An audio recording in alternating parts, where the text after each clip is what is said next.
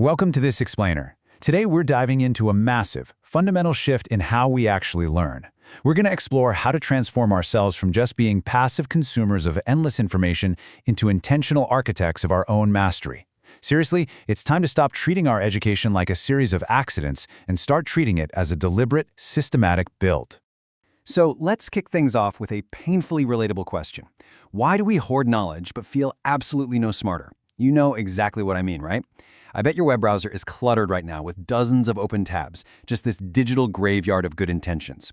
Your bookshelf is probably sagging under the weight of unread, aspirational books that just kind of stare back at you in judgment.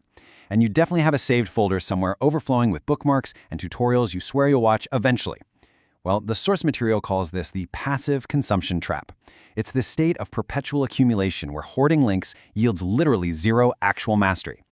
Okay, let's dive into this contrast. On the one side, we have the passive consumer. They hoard links, wander aimlessly from topic to topic on these infinite, vague timelines, and read without actually doing anything.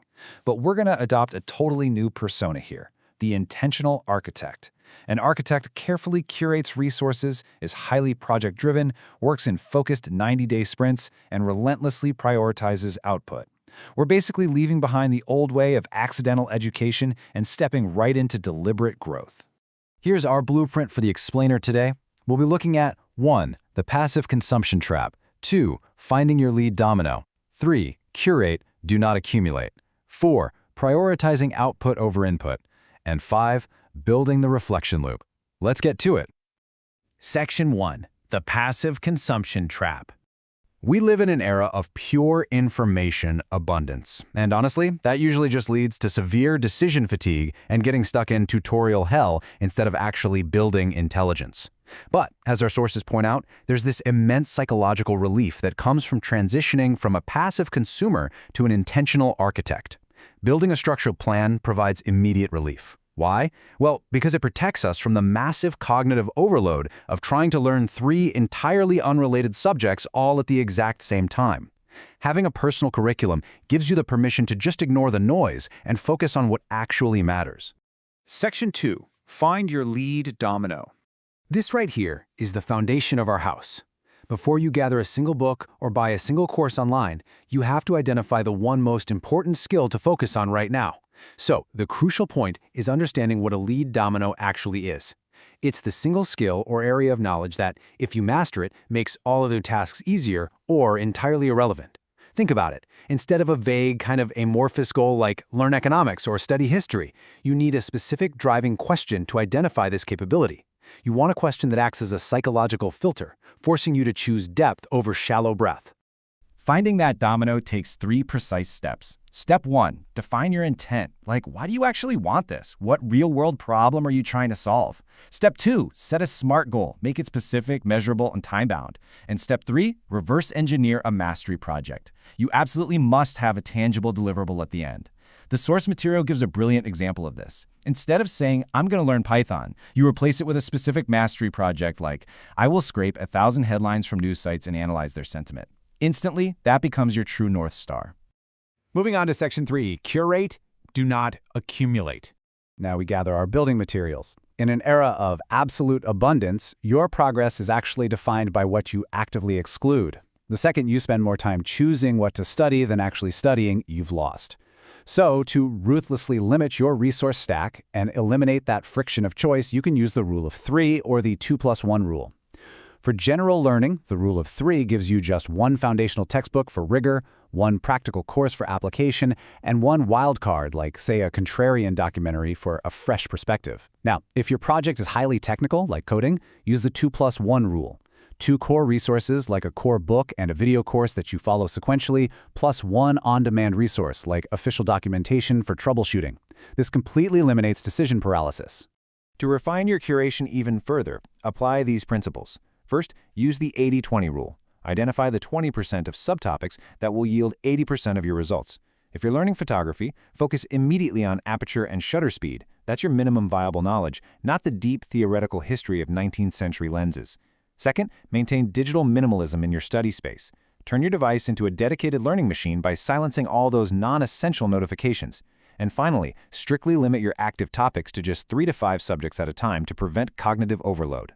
Section 4. Prioritize output over input. We've reached the manual labor phase of the build.